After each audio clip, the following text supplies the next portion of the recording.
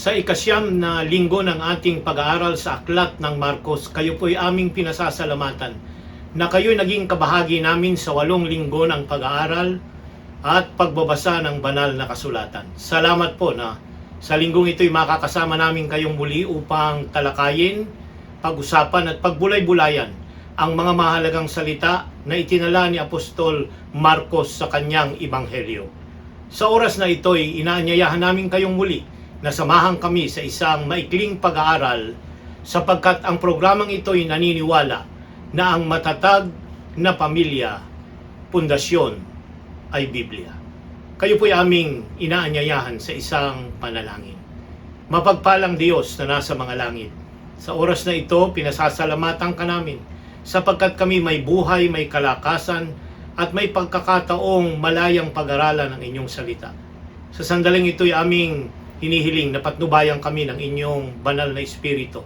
Kung paano nyo pinatnubayan ang mga sumulat ng inyong mga aklat at ng ebanghelyo ng Marcos, ay kayo rin nawa ang magbigay sa amin ng karapatang pag-aralan ito at maunawaan sangayon sa inyong banal na panukala.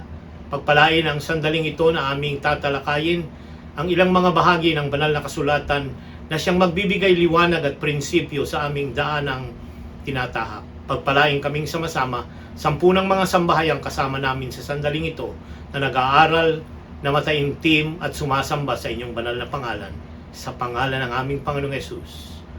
Amen. Sa sandaling ito'y makakarinig muli tayo ng isang tanging bilang na aking pinaniniwalaang may dalang pabalita ng katotohanan at ng katiyakang ang Diyos ay hindi nagkukulang.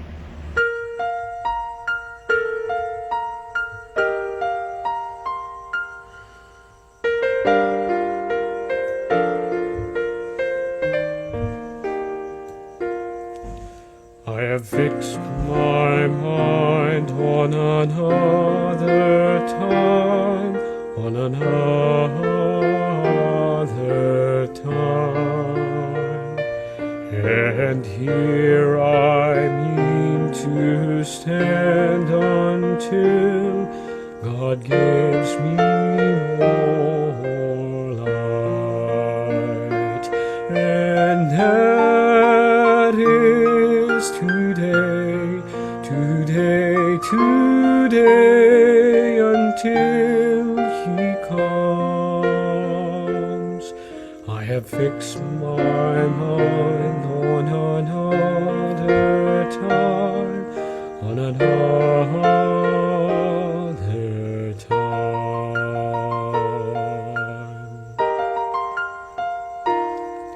I have set my course on the narrow way, on the narrow way. For I know the time is close at hand, for which I watch and pray, and that is today until He comes. I have set my course on the narrow way, on the narrow way. Even so, Lord, come quickly. This is my fervent prayer, for I've caught a glimpse of glory, and I'm longing to be there.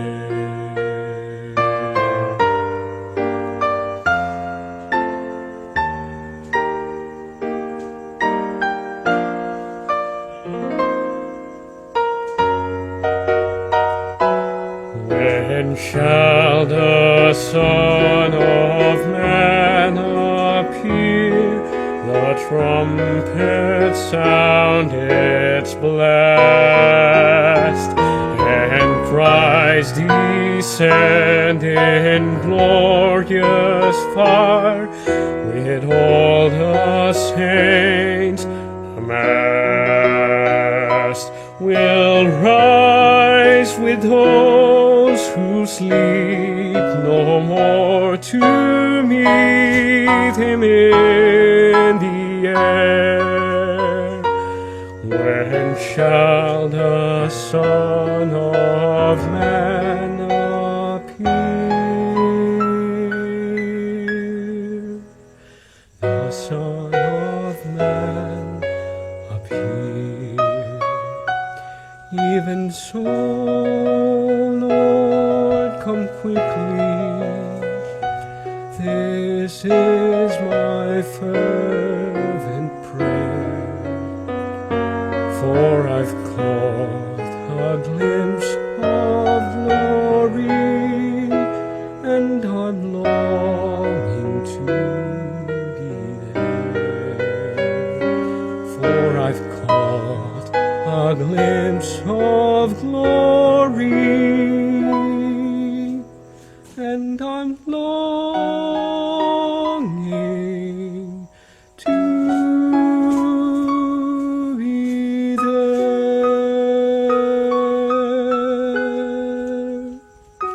I have fixed my mind on another time, on another time.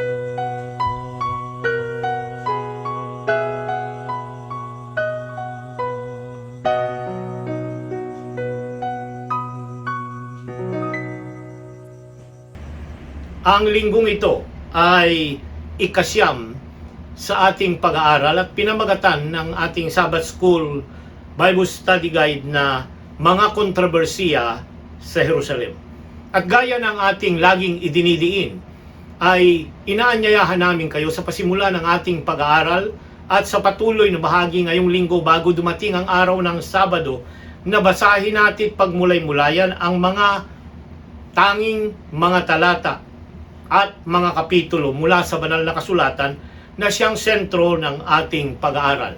Marcos, Kapitulo 11, Mga Hari, Kapitulo 1, 32 hanggang 48, at Zacarias 9:9 at 10, Isaiah 56:7, Jeremias 7:11 at Marcos 12:1 hanggang 34. Ang mga talatang ito ay mayroong ugnayan sa isa't isa na nais ng banal na kasulatan at ng banal na espiritu na ating tunghayan at ating pagbulay-bulayan upang ating makuha ang mga pagpapala sa pamamagitan ng mga turo at prinsipyong nilalaman ng mga talatang ito.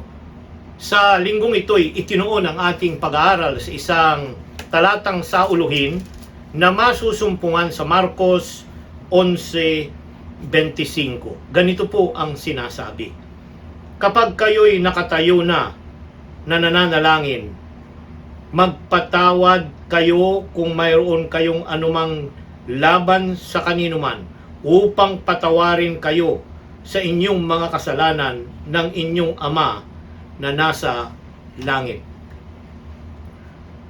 Ito'y bahagi noong tala tungkol sa namatay na puno ng igos na binanggit ng ating Panginoong Hesus na tuwing tayo'y mananalangin, tayo ay humingi ng patawad upang ang ating Amang nasa langit ay patawarin tayo sa ating mga pagkakasala. Ito ang sentro ng Ebanghelyo, ang pagpapatawad at ang paghingi ng tawad. Hindi tayo magkakaroon ng mga bunga na magiging pagpapala sa ating kapitbahay, sa ating sambahayan, kung ang ating mga sarili ay di marunong magpatawad at tayo'y hindi napatawad din ng mga taong sa atin ay nagkaroon ng sama ng loob o ng hinanakit sa atin. Sa nakaraang linggo ay atin pong pinag-aralan ang mga katanungan na mahalaga na humamon ng ating pananampalataya. Tatlong mahalagang punto ang idiniin sa ating leksyon. Itinuro ni Marcos na ang mga tao na nais pumasok sa kaharian ng Diyos ay dapat magkaroon ng likas o ng attitude ng pagiging mga bata. Ikalawa, tinawag ng Diyos ang mayaman at ang mga mahirap upang pumasok sa kaharian ng Diyos. Hindi lamang mayayaman kundi pati mga dukha na mga maralita sa material na bagay ay may karapatan ng kaligtasan kay Kristo Jesus. At ang huli, ang karanasan sa kaharian ng Diyos ngayon ay dapat pangunahan ng mga prinsipyo na kanyang itinuro sa kanyang mga alagad bilang kanyang mga tagasunod. Ganon din sa atin, dapat masunod ang mga prinsipyong ito at isakabuhayan sa araw-araw. Ang Marcos 11 ay nagtatala ng ministeryo ng ating Panginoong Hesus doon sa Jerusalem. Sa mga nikalipas na linggo ay ating pinag-aralan na ang sentro ng ministeryo ni Jesus ay doon sa Galilea. Subalit ngayon ay nagpapasimula tayo doon sa pagpunta niya sa Judea, lalong-lalo na sa Jerusalem during the Passover o yung Paskwa sa pagitan ng Marso at ng Abril sa ating kalendaryo. Ang Marcos 11 hanggang 16 ay sinasakop ang isang linggo ng huling buhay o kabuhayan ng ating Panginoong Hesus. Ang mga tala dito na itinala ni Marcos ay nagpapakita ng mahalagang mga bagay, lalong-lalo na ang kanyang pagtahak patungo sa Kalbaryo. Si Jesus ay dumating sa Jerusalem at meron pong 6 na mga serye ng mga kontrobersiya o mga pagtuligsa ng mga religious leader tungkol sa kanya. Ang dalawang set of controversies na nasa pasimula at dulo nito ay nagpapakita tungkol sa kahalagahan ng isyu ng mga Kristiyanong pamumuhay. Nagturo si Jesus ng mga aral at kanyang ipinagtanggol, polemically situated, pinagtanggol ang mga aral na ito mula sa mga maling mga haka ng kanyang mga masugid na mga taga-tuligsa. Simulan natin ang ating pag-aaral sa Marcos 11, 1 hanggang 11. Ito po yung matagumpay na pagpasok ni Jesus sa Jerusalem. Nang malapit na sila sa Jerusalem, sa may Bethphage at Bitanya, malapit sa bundok sa Olibo, sinugo ni Jesus ang 2 sa kanyang mga alagad at sa kanila'y sinabi, pumunta kayo sa nayong nasa tapat ninyo at kaagad sa inyo'y pagpasok dooy matatagpuan ninyo ang isang nakataling batang asno na hindi pa nasasakyan ng tao. Kalagan at kunin ninyo yun. At kung may magsabi sa inyo, bakit nyo ginagawa ito? Sabihin ninyong kinakailangan ito ng Panginoon at ipadadala niya agad ito. Umalis sila sa kanilang natagpuan ang batang asno at nakatali sa pintuan sa labas ng lansangan at kinalagan nila ito at ilan yung nakatayo doon ay nagsabi sa kanila, anong ginagawa ninyo sa inyong kinakalagan ang batang asno? At sinabi nila sa kanila ang sinabi ni Jesus at kanilang pinayagan sila. Pagkatapos dinala nila ang batang asno kay Jesus at inilagay nila sa ibabaw ng batang asno ang kanilang mga balabal at siya'y sumakay rito. Maraming tao ang naglatag ng kanilang balabal sa daan at ang iba'y naglagay ng mga sanga ng kanilang pinutol mula sa mga bukid. Ang mga nauuna at ang mga sumusunod ay nagsisigaw, Hosana, mapalad ang dumarating na sa pangalan ng Panginoon. Mapalad ang dumarating sa kaharian ng ating amang si David. Hosana sa kataas-taasan. Pumasok siya sa Jerusalem at pumunta sa templo. Nang matignan niya sa palibot ang lahat ng bagay, palibhasay hapon na, pumunta siya sa Bitanya na kasama ang 12. Narito po ang tinatawag nating Palm Sunday na ipinagdiriwang lalong-lalo na ng ating mga kaibigang mga Roman Catholic at bahagi ito ng liturgical calendar ng pagsamba at paggawa ng mga pag-aaral at sermon sa mga pagsamba. Bagamat sa ating mga Adventista ay hindi po tayo liturgical ang ating mga pagsamba at may mga nakaschedule na tema mula sa banal na kasulatan, ay ito yung isang mahalagang bahagi sa kasaysayan ng buhay ng ating Panginoong Hesus, lalong-lalo na sa huling bahagi ng kanyang linggo doon sa Jerusalem. Ang sabi sa komentaryo ng ating Bible commentary, bagamat si Jesus ay hindi political na leader at nag-deliver sa kanila sa inaasahan nilang bilang isang matagumpay na Mesiyas, ang kanyang sinisintang syudad ay kanyang tinupad ang hula ni Zacarias na isinasabing nagsisisigaw ang mga tao ng Hosana, nang ibig sabihin mula sa Aramaic na Hosyarna, nang ibig sabihin ay save now or I pray thee. Iligtas mo na kami ngayon, aking pinadalangin. Ito ang ibig sabihin ng Hosana. Dito ipinapahayag at kinukonsider ang panalangin ng kaligtasan ng Israel sa pamamagitan ng kanyang Mesiyas na hari. Ito ang pananaw ng ating SDA Bible Commentary. Subalit papansinin ninyo, sa pasimula ng linggong ito'y nagsisisigaw ang mga tao, narito ang hari, ang Mesiyas, na siyang magliligtas, ang Hosana na magdadala ng kaligtasan. Subalit sila din ang nagsisigaw ng mga tao na ipako siya sa krus. Ipako siya sa krus. Matagumpay.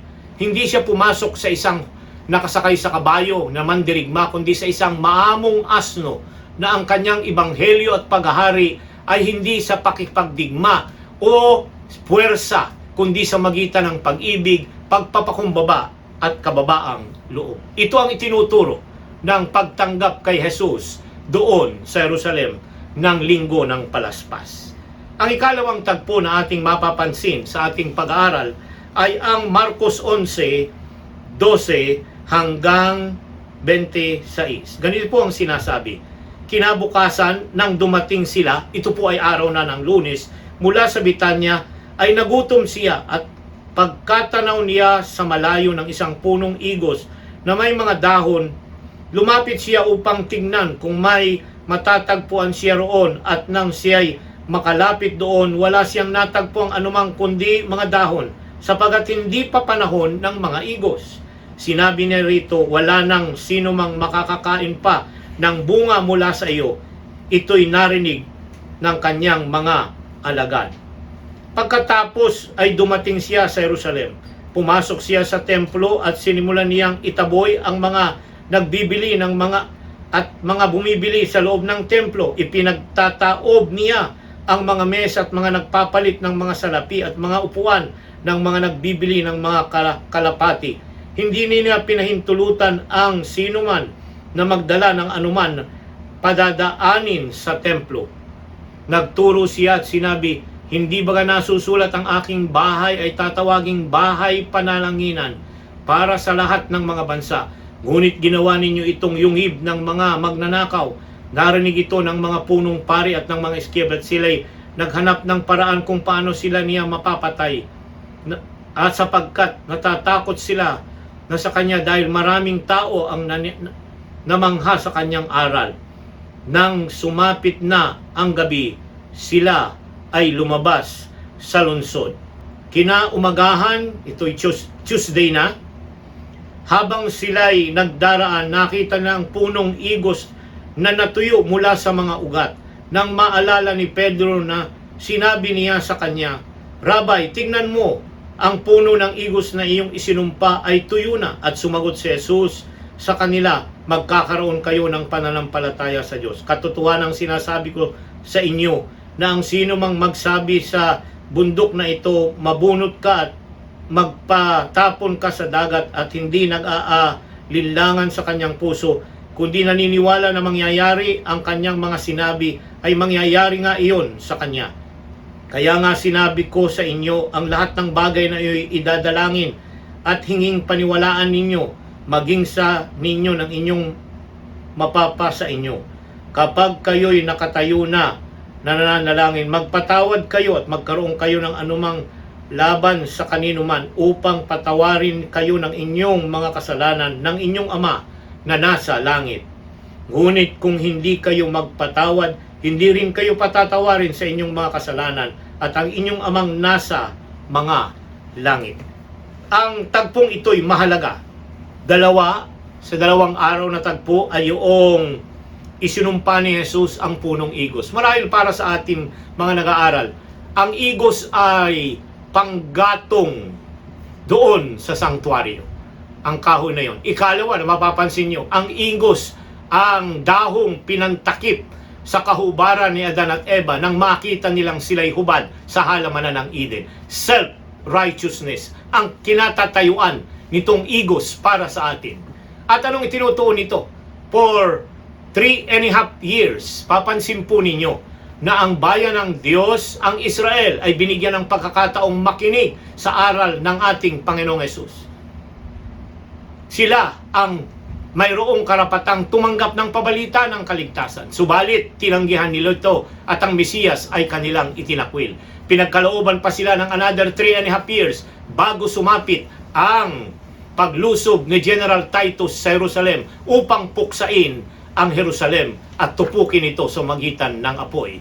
So, ito'y nagpapakita na ang bunga na ini-expect ng Panginoon na righteousness at kabanalan ay dapat makita sa kanila. Subalit, hindi po ito nakita. Kaya nga isinumpa dahil wala silang nagawa upang ipakita ang katwiran at kaligtasan ng ating Panginoong Hesus. Papansinin po natin na dito ay hindi lamang isinumpa niya, namatay yung kahoy. Dito magpapasimpula ang ebanghelyo para sa mga hentil. Pagkatapos na ang provision ay ibinigay sa kanila at the end of the time na matupok ang Jerusalem sa besieging ng Roman General Titus. Pansinin po ninyo na dito rin sa tagpong ito ay ating nabasa yung paglilinis ng ating Panginoong Hesus sa templo. Now, hindi po ito yung market na kagaya ng sinasabi na palengkehan. Hindi po. Ito po yung mga nagbebenta ng mga animal sacrifices para doon sa mga tao na nanggagaling sa iba't ibang lugar na malayo. At pagdating sa Jerusalem, sila'y may daladalang mga hayop na i-offer. Subalit, ito ay lantutay na, may sugat, napagod na at nanghihina na dahil sa paglalakbay kung sila'y galing sa norte o sa south o sa ibang bahagi ng kanayang diaspora. Kaya nga, kinuhang privilege ito na yung mga nasa templong mga pari magbenta ng mga animal sacrifices, turtle doves, mga karnero at kung ano-ano pa, yung mga nagpapalit ng kanilang pera na pambili ng temple money para ibili dito. Ito po yung tagpo na sinabi ng Panginoong ginawa ninyong den of robbers at mga magnanakaw ang kanyang sanctuary. Anong ibig sabihin? Libre po ang kaligtasan. Hindi po ito ipinagbibili na kawawa ang mga maralita na yun lamang may mga kaya, na may mga silver and gold ang pwede. Ang lahat ay may karapatang mag-alay at magbigay ng handog para sila'y mapatawad sa kanilang mga kasalanan. Itinuturo ng ating Panginoong Hesus na ang paglilinis ng templo ay paglilinis din ng mga puso ng mga tao na kinakailangang sumamba ng tama sa Kanya. Ang sabi rito, he insists that the temple is the house of prayer for all people. Para po sa lahat ng tao ito, Isaiah 56, talatang 7. At ang lahat ng mga leader ay ginawa ang templo na yungib ng mga magnanakaw. Jeremias 7:11. At the end of the amazing day, iniwan ni Jesus ang syudad at siya kasama ng kanyang mga alagad. Mga kaibigan, sa mula Linggo, Lunes at Martes ay nakita natin ang mga bagay na naganap sa buhay at mga kontrobersiya ng ating Panginoong Jesus. Ang susunod ay isang katanungan. Sinong nagsabing magagawa mo ang mga bagay na yan? Sa Marcos 11, ang talata ay 27 hanggang 33. Ang sabi rito, sila'y muling pumunta sa Jerusalem. Samantalang naglalakad sila sa templo, lumapit sa kanya ang mga punong pari, ang mga eskriba at ang matatanda. Sinabi nila sa kanya, sa anong autoridad mo ginagawa ang mga bagay na ito? O sinong nagbigay sa iyo ng autoridad na gawin ang mga bagay na ito? Sinabi ni Jesus sa kanila, tatanungin ko kayo ng isang tanong, sagutin ninyo ako at sasabihin ko sa inyo kung ano ang autoridad kong ginagawa ang mga bagay na ito. Ang bautismo ba ni Juan ay mula sa langit o sa mga tao? Sagutin ninyo ako. Nagtalo sila sa isa't isa. Kung sabihin nating mula sa langit, ay sasabihin ninyo, bakit nga ninyo siya hindi pinaniwalaan. Ngunit kung sabihin nating mula sa mga tao, ay natatakot sila sa maraming tao sapagkat kinikilala ng lahat na si Juan ay isang tunay na propeta.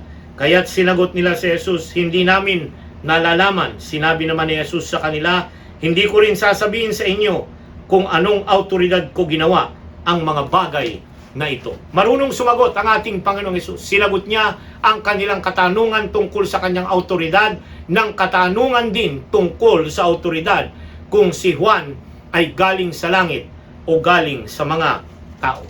Hindi nila ito tinugon, kaya nga ang ating Panginoong Hesus hindi rin tunugon ang kanilang katanungan. Si Jesus ay hindi po nag-resort sa isang trickery o panlalansi. Ang kanyang mga salita ay open, direct, and pure. In turning the religious leaders' question back on themselves, he was trying to break to the mental barriers that they had erected against him. Gusto ng Panginoong sirain yung barrier na kanyang inilag upang abutin sila ng mga leader tungkol sa Mesiyas at sa kanyang aral at tanggapin siya at hindi i-oppose o kalabanin. Also, mapapansin ninyo, sabi ng mga leader at mga matatanda, we cannot tell you, hindi namin pwedeng sabihin.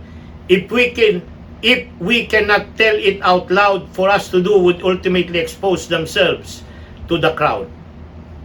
Ang ating pag-aaral had ring a high drama for years.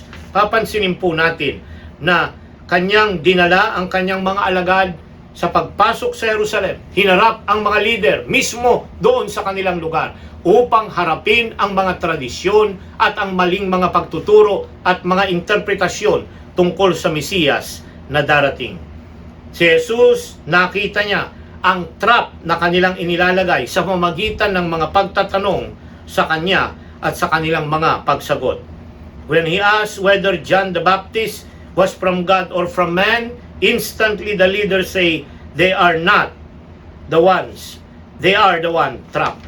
So, mapapansin natin na ang tagpong mga ito ay nagsasabi lamang na may autoridad ang ating Panginoong Hesus at ang kanyang autoridad ay ang kanyang salita, ang kanyang buhay at ang kanyang mga aral na kanyang binanggit sa kanila.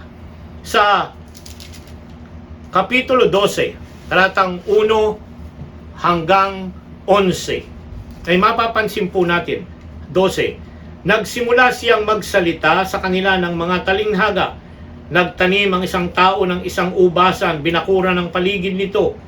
Humukay ng pisaan ng ubas, nagtayo ng isang tore. Pinaupahan iyon sa mga magsasaka at nagpunta siya sa ibang lupain. Nang dumating ang kapanahunan, nagsugo siya ng isang alipin sa mga magsasakang upang kunin sa kanila ang kanyang bahagi mula sa mga bunga ng ubasan. Ngunit siya ay kanilang sinunggaban, binugbog at pinaalis ng walang dala. Siya ay muling nagsuga ng kanyang isa pang alipin at kanilang pinalo sa ulo at nilait. Nagsugo siya ng isa pa at kanilang pinatay, gayon din sa mga marami pang iba. Binugbog ang ilan at ang iba'y pinatay. Magkaroon ba siya ng isang minamahal na anak na lalaki, kahuli-hulihan siya'y kanyang isinugat, kanilang sinabi, igagalang nila ang aking anak. Ngunit sinabi ng mga magsasaka, itong isa't isa, ito ang tagapagmana. Halika kayo, patayin natin siya at magiging atin ang mana. At siya'y kanilang sinunggaban, pinatay, tinapon sa labas ng ubasan. Ano kaya ngayon ang gagawin ng may-ari ng ubasan? Siya'y darating at pupuksain ang mga magsasaka at ibibigay ang ubasan sa iba. Hindi pa ba ninyo nababasa ang kasulatan? Ang batong itinakwil ng mga nagtayo ng gusali ay siyang naging batong panulok. Ito'y gawa ng Panginoon. Ito'y kagilagilala sa ating mga mata. Nang kanilang mahalata na sinabi na ang tangalinghagang ito'y laban sa kanila, pinagsikapan nilang hulihin siya, ngunit sila'y natakot sa maraming tao at siya'y iniwan nila at sila'y umalis. Papansinin po ninyo na ito'y may kaugnayan doon sa tagpo at yung awit ng ubasan sa Isaiah Kapitulo 5. Na pinili, nagtanim, binakuran, nagtayo ng tore, at ito ay laging nililinisan, pero nang ito'y namunga ng mapakla, maasim, at hindi kaaya-aya. Ito ang bansang Israel. Ang literal na piniling bayan ng Diyos sa lumang tipan. Pinili, binigyan ng mga aral, nandun ang 10 utos, nandun ang mga propeta, at pinadadalahan sila tuwi-tuwi na ng mga pabalita. Subalit ano ang naging tugon nila? Pinatay, pinarusahan, at lalong-lalo na nang isinugo ang kanyang bugtong na anak, ang ating Panginoong Hesus, kanilang pinatay at ipinako doon sa krus. Ang parable na ito ay nagtuturo sa atin ng ilang mahalagang aral.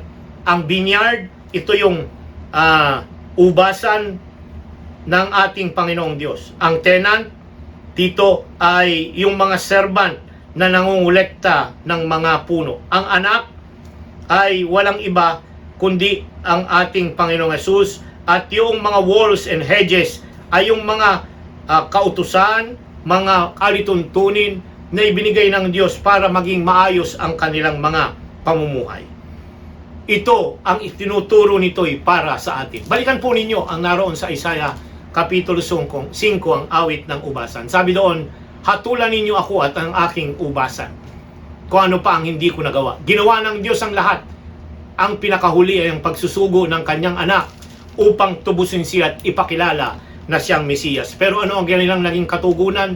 Ang siya ay talikuran, alipustain, hulihin, parusahan, patayin, at mabayubay sa Kalbaryo. Dito sa Marcos 12:13 hanggang 27. Ganito po ang sinasabi. Kanila namang sinugo ang kanya ang ilang Pariseo at Herodiano upang siya'y mahuli nila sa pananalita. At nang sila'y lumapit, sinabi sa kanya, Guro, nalalaman naming ikaw ay tapat at hindi ka nangingiming kanino man, sapagkat hindi ka nagtangi ng mga tao, kundi itinuro mo ang daan ng Diyos ayon sa katotohanan. Matuwid bang magbayad ng buwis kay Cesar o hindi? Dapat ba kaming magbayad o hindi? Ngunit dahil alam nila ang kanilang pagkukunwari, ay sinabi niya sa kanila, Bakit ninyo ako sinusubo? Magdala kayo rito sa akin ng 1 denaryo upang makita ito. Nagdala nga siya ng sinabi sa kanila, Kaninong larawan at pangalan ang nakaukit? Sinabi nila sa kanya, kay Cesar. Kaya sinabi sa kanila ni Jesus, ibigay ninyo kay Cesar ang kay Cesar, at sa Diyos ang sa Diyos, at sila'y namangha sa kaniya. 18. Lumapit sa kaniya ang mga Sadducees at nagsasabi ng walang maguling pagkabuhay, at siya'y kanilang tinanong at sinasabi, Guro, isinulat para sa amin ni Moses na kung ang kapatid na lalaki, isang lalaki ay mamamatay at may maiiwang asawa at walang maiiwang anak, ay pakakasalan ng kanyang kapatid ang kanyang asawa at bibigyan ng anak ang kanyang kapatid. May 7 lalaking magkakapatid ng asawa'y panganay at namatay siya'y wala na iwang anak. Pinakasalan ang pangalawa, ang balo namatay walang naiwang anak, at gayon din naman ang pangatlo. At ang 7 walang iniwang anak. Sa kahuli-hulihan ang babae namatay. Sa muling pagkabuhay, sino ang kanila ang magiging asawa ng babae, sapagkat siya ay naging asawa ng 7? Sinabi sa kanila ni Jesus, hindi ba ito ang dahilan? Kaya kayo nagkakamali, hindi niyo nalalaman ang mga kasulatan o ang kapangyarihan ng Diyos, sapagkat ang pagkabuhay nilang muli mula sa mga patay, hindi na sila mag-aasawa o mag-aasawahan pa, kundi tulad sila ng mga anghel sa langit. Ngunit tungkol sa patay na sila'y muling bubuhayin, hindi ba ninyo nabasa sa aklat ni Moses tungkol sa mababang punong kahoy kung paano sinabi sa kanya ng Diyos, Ako ang Diyos ni Abraham, ang Diyos ni Isaac at ang Diyos ni Jacob. Hindi siya Diyos ng mga patay, kundi ng mga buhay. Maling-mali kayo. Mga minamahal na mga kapatid, narito ang isa pang tagpo sa ating Panginoong Hesus, at yun yung sinasabi nating pagbabayad ng buwis. Hindi po tayo dinidiscourage o pinagbabawalan nagampanan ang ating tungkulin ng ating Panginoong Hesus sa gobyerno at ating mga obligasyon, kagaya ng pagbabawas ng buwis, yung ating mga sedula at ano pang mga bagay na dapat ay ating ibalik upang magkaroon ng tamang pamamalakad at pagtuktos sa pagtakbo ng gawain ng ating mga lipunan. Narito ang mga salitang binitiwan ng ating Panginoong Hesus ay mga salitang dapat ay ating sundin. Literal ito, hindi po ito mga talinhaga. Ito'y nakikita na dapat gampanan ng mga tapat na mga mamamayan at mga anak ng Diyos na naghihirahan sa balat ng lupa. Dual citizenship po tayo dito sa lupa at sa langit. Now, papansinin ninyo ng mga Sadducees ay mga tao na may political, religious na ang kanilang materialistic po ang mga ito. Hindi sila naniniwala sa resurrection. Hindi kagaya ng mga Pariseo na naniniwala sila sa muling pagkabuhay. Bakit? Sapagkat material ang kanilang mga tinitingnan. Mga bagay lamang panandalian ang kanilang nais tamasahin. Wala silang pag-asa sa darating na buhay na meron pa silang mga mamanahing mga pagpapala na hindi masisirain ng mga maninira sa balat ng lupa. Ito po ay nais nating pansinin. Ang ating Panginoong Hesus ay nagturo kagaya ng mga Pariseo na mayroong pagkabuhay na maguli na itinuro ni Moses sa kanyang mga sulat. Ngayong araw na ito, dito sa Marcos Kapitulo 12, 28 hanggang 34, pansinin po ninyo ang sinasabi. Ang pangunahing utos. Lumapit ang isang sa mga iskriba at narinig niya ang kanilang pagtatalo at palibhasa'y nalalamang mabuti ang pagkasagot niya sa kanilang tinanong siya, alin ang pangunahing utos sa lahat? Sumagot si Jesus, ang pangunahin ay pakinggan mo o Israel. Ang Panginoon nating Diyos ay Panginoon ay iisa. Ibigin mo ang Panginoon mong Diyos ng buong puso mo, ng buong kaluluwa mo at ng buong pag-iisip mo at ng buong lakas mo. Ang pangalawa ay ito, ibigin mo ang iyong kapwa na gaya ng iyong sarili. Wala nang ibang utos na higit pang dakila sa mga ito. Sinabi sa kanila ng iskriba, tama ka guro, katotohanan ang sinasabi mo na siya'y iisa ay wala nang ibang maliban sa kanya. Ang siya'y ibigin ng buong puso, buong pagkaunawa, buong lakas at ibigin ang kapwa niya ng gaya ng kanyang sarili ay higit pa kaysa lahat ng mga handog na sinunog at mga alay. Nang makita ni Jesus na siya'y sumagot ng may katalinuhan, sinabi niya sa kanya, hindi ka malayo sa kaharian ng Diyos. Pagkatapos noon, wala nang nangahas na magtanong pa sa kanya ng anuman. Habang nagtuturo si Jesus sa kanila, ay pansinin po ninyo na sila'y nanahimik. Narito ang katanungan tungkol. Marami ngayong mga Kristiyano sa ating kalagitnaan na nagsasabing wala na ang mga utos ni Moses o utos ng Diyos na ipinagkaloob kay Moses. Pansinin po ninyo, hindi po ito utos na ipinagkaloob ni Moses at isinulat ni Moses sa 2 tapyas na bato. Mali po. Ang Diyos ang nagkaloob kay Moses. Ang Diyos ang nag-ukit nito sa 2 tapyas na bato na ipinagkaloob kay Moses. So kaninong utos ito? Hindi ito utos ni Moses, kundi utos ng Diyos. At tinanong kung anong dakilang kautusan. Kasi marami yung mga nagsasabing wala na yung utos na yon, wala na itong ganito.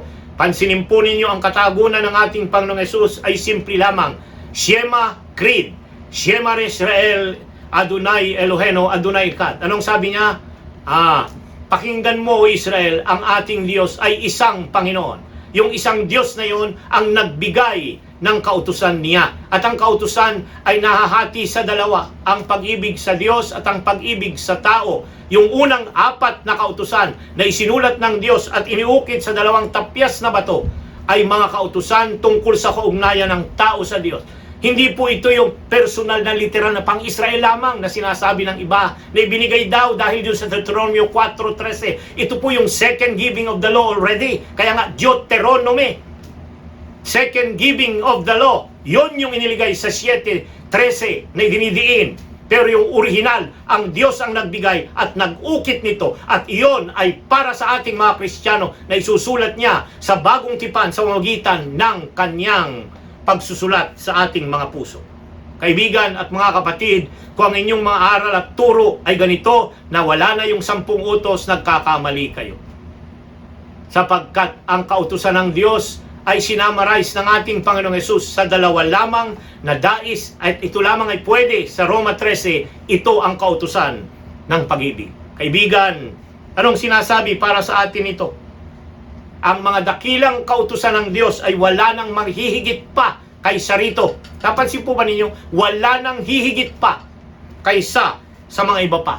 Kung sino mang magturo ng mga tao ngayon at sasabi-sabing nariyan sa TV at kung ano-anong mga isinisigaw, mali pong mga aral yan. Huwag kayong makinig sa kanila. Ang kautusan ng Diyos sa lumang tipan ay siya pa rin ang kautusang ibinigay sa Israel na literal ay ibinigay sa mga Kristiyano pagkatapos nasumpain yung higos na sumisimbolo sa bansang Israel.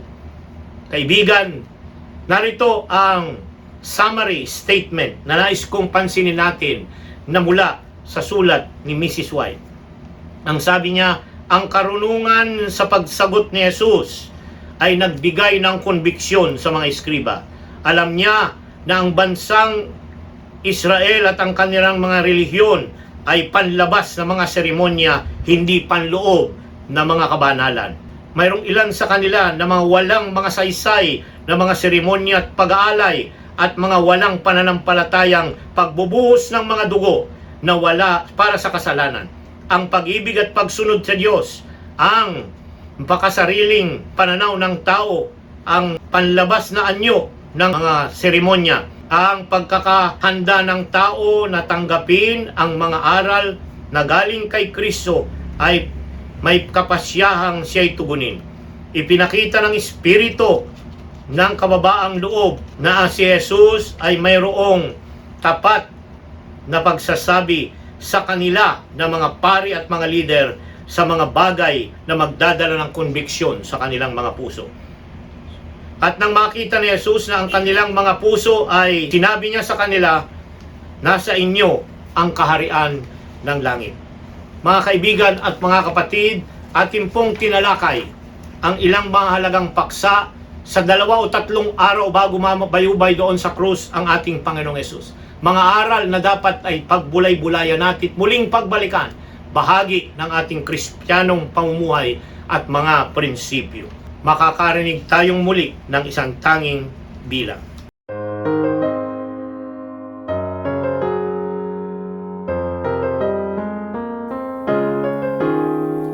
He left the splendor of heaven,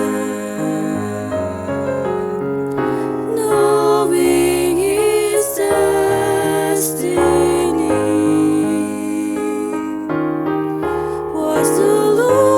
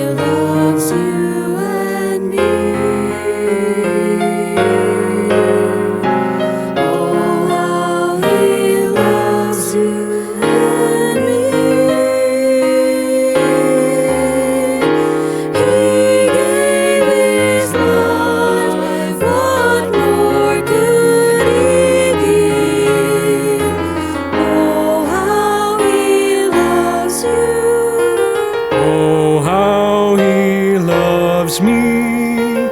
Oh, how He loves you and me. Oh, how He loves you. Oh, how He loves me. Oh, how He loves you and